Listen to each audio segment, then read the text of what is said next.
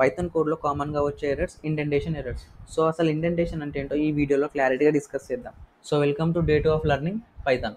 So definition చూసుకున్నట్టయితే it is a space added at the beginning of a line to define a block of code. అంటే మనకి Python కోడ్లో కొన్ని number of lines ఉంటాయి. So ఎక్కడెక్కడ required అక్కడ మనం స్పేస్ ఇచ్చామనుకో అది ఏం చేస్తుందంటే అదొక బ్లాక్గా డిఫైన్ చేసుకుంటుంది. ఇక్కడ నేను x=1 అని అసైన్ చేసుకున్నా, ఇమీడియట్గా నేను ఇఫ్ బ్లాక్ని క్రియేట్ చేస్తాను. సో ఇఫ్ బ్లాక్లో కండిషన్ ఏం పెట్టా, x<4.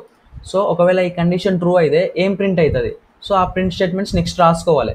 సో ఇది బ్లాక్ కాబట్టి ఆ ఫస్ట్ స్టేట్మెంట్ అనేది ఇండెంటేషన్ ఉండాలి. లైక్ మనం ఎన్ని స్పేసెస్ అని ఇచ్చుకోవాలి. సో ఇక్కడ నేను 1 స్పేస్ ఇచ్చా. సో 1 స్పేస్ ఇచ్చి ప్రింట్ స్టేట్మెంట్ రాస్తా. ఒకవేళ x అనేది <4 అయితే ఈ స్టేట్మెంట్ అనేది ఎగ్జిక్యూట్ అవుతుంది.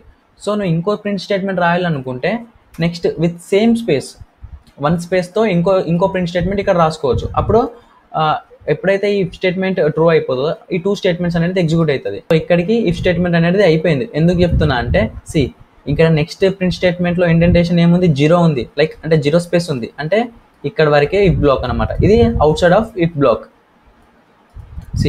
నెక్స్ట్ నేను ఫంక్షన్ని డిఫైన్ చేసుకున్నా. ఫంక్షన్ని డిఫైన్ చేసుకోగానే ఫస్ట్ లైన్లో ఏంటి 4 స్పేసెస్ ఇచ్చా, సెకండ్ లైన్లో ఏంటి 4 స్పేసెస్ ఇచ్చా. అంటే ఈ 2 లైన్స్ అనేవి ఈ ఫంక్షన్కి సంబంధించిందే.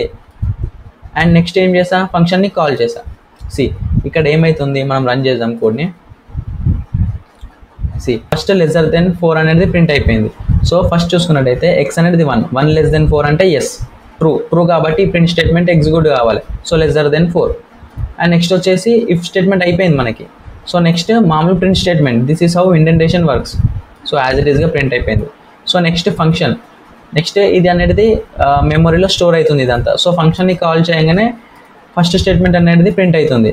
సో ఫస్ట్ స్టేట్మెంట్ ఏంటి, print x+9. So already x=1 మనకి. సో 1+9 10 ప్రింట్ అయిపోయింది. నెక్స్ట్ 1 - 1 0 ప్రింట్ అయిపోయింది. సో సపోజ్ నేను ఇక్కడ ఇఫ్ స్టేట్మెంట్ తర్వాత నేను ఇండెంటేషన్ రిమూవ్ చేశాను అనుకో, ఎర్రర్ వస్తుంది ఇక్కడ. ప్లస్ ఇంకోటి ఏం చెప్పాలనుకుంటున్నా అంటే, సో ఇక్కడ ఇండెంటేషన్ ఏంటి 4 స్పేసెస్, ఇక్కడ 1 స్పేసెస్. సో స్టాండర్డ్ పైథాన్లో స్టాండర్డ్ ఇండెంటేషన్ ఏంటంటే 4 స్పేసెస్ అంటే 1 ట్యాబ్. ఇక్కడ నేను 1 స్పేస్ ఇచ్చా కదా, ఇంకా 3 టైమ్స్ స్పేస్ ఇస్తున్నా. 1 2 3. రెడ్ పోయి మనకి నార్మల్ కలర్ వచ్చేసింది. సో ఇది ఇండెంటేషన్ అన్నమాట.